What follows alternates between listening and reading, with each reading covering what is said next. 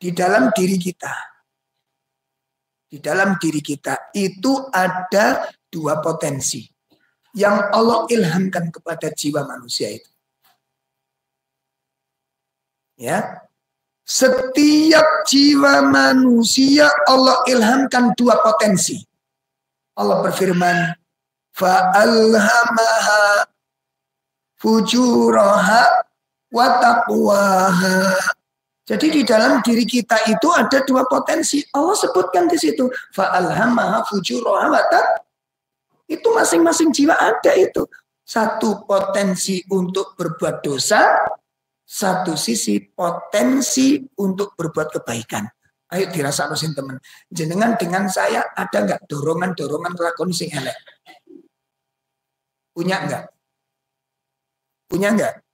Keinginan untuk melakukan yang nggak benar tuh ada apa nggak? Nggak ada. Oh, masya Allah sudah maksum antum. Maksum apa mesum? Ayo diungkapkan di situ. Ada enggak keinginan-keinginan untuk melakukan ketidakbaikan? Ada. Itu potensi. Keinginan untuk berbuat buruk itu ada. Keinginan untuk berbuat baik itu ada. Tinggal yang mana dari dua ini yang kita sirami. Dengan apa? Bermajelis. Dengan siapa kita? Maka teman-teman yang kita jadikan grup, kita jadikan teman, kita jadikan apalagi komunitas, itu akan menyirami potensi-potensi yang ada ini. Kenapa kita disuruh milih teman yang baik? Untuk menyirami, menyuburkan potensi yang baik. Coba kalau kita bersahabat dengan orang yang tidak baik, yang tidak soleh, yang tidak sholat. Itu pertama harus kita camkan. Di dalam diri kita ada dua potensi itu. Yang kedua, di depan kita, di depan kehidupan kita, terbentang dua jalan. Betul apa enggak? Di depan perjalanan kita dalam hidup ini ada dua jalan dibentangkan oleh Allah Subhanahu wa taala. Allah sebutkan wahadainahun najdain. Surat Al-Balad, Al-Qur'an mana? Wahadainahun najdain, aku tunjukkan kepadamu dua jalan. Dua jalan itu jelas. Satu jalan ketaatan, yang kedua jalan kemaksiatan. Satu, itu yang kedua. Jadi yang pertama di dalam diri kita ada dua potensi. Yang kedua, di depan kehidupan kita ada dua jalan yang terbentang. Tinggal nyalur notok, Thomas. Gimana? Dua jalan itu selalu ada nggak di depan kita ini? Yang menawarkan kita, yang mengajak kita, yang menarik kita. Sementara di dalam diri kita, potensi itu ada. Lihat yang namanya, apa ini namanya? HP ini. Mau buka apa yang nggak ada ini? Kalau di lingkungan kita orang mandi ditutup. Kalau di sini mandi dibuka. Kalau saya ngaji sama istri saya, buka Ustadz Syafiq kita ketik. Saya metu wong adus ya. Ya apa sih kayak gini gitu puasa sama istri saya. Oh, di apa nih? Diguanti. Gak gelem. Ya apa gitu kok suka gelem.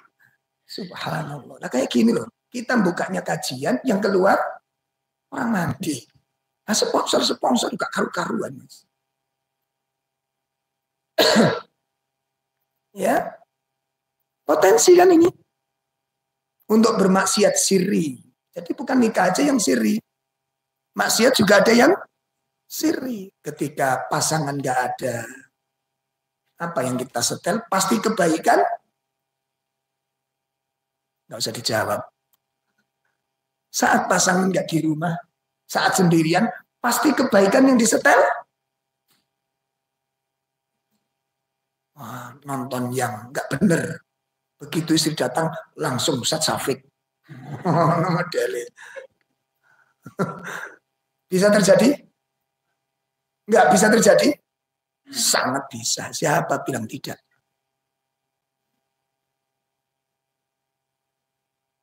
Itu. Makanya kalau kita kemana-mana itu kalau dua orang selamat kita insya Allah. Walaupun bukan karena Allah tapi selamat gitu. Coba belanja ke toko, terus pelayannya itu pakai baju bikini. Kalau antum sendirian, istighfar atau tahmid? Ayo, sendirian. Kalau bahasa istri, insya Allah banyak istighfar. Astagfirullah, palingkan muka, insya Allah. Kalau nggak ada sendirian, pun itu yang kedua. Yang ketiga, ini yang perlu kita camkan baik-baik. Yang ketiga, ada dua tempat yang menanti. Yang pertama tadi apa? Di dalam diri kita ada dua potensi. Di depan kehidupan kita ada dua jalan. Di ujung jalan ada dua tempat yang sedang menanti. Satu, al-jannah. Yang kedua, an-nar.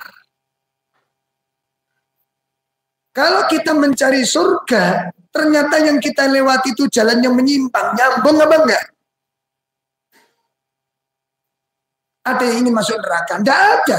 Ada yang ingin sengsara di akhirat? Enggak ada. Tapi jalan yang ditempuh pasti benar. Tanya itu orang-orang yang enggak jujur itu. Mungkin para korupsi. Coba tanya, Pak mau masuk neraka enggak? Enggak mas. Tapi jalan yang ditempuh. Ngerti arah pembicaraan ini?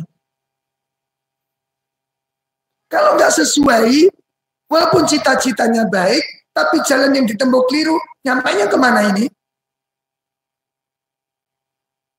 Bagaimana kita ingin selamat meraih surga, tapi yang kita lalui, kebiasaan-kebiasaan kita tidak baik. Masuknya kemana? Nggak akan kemana-mana kecuali dengan jalan yang kita ikuti ini.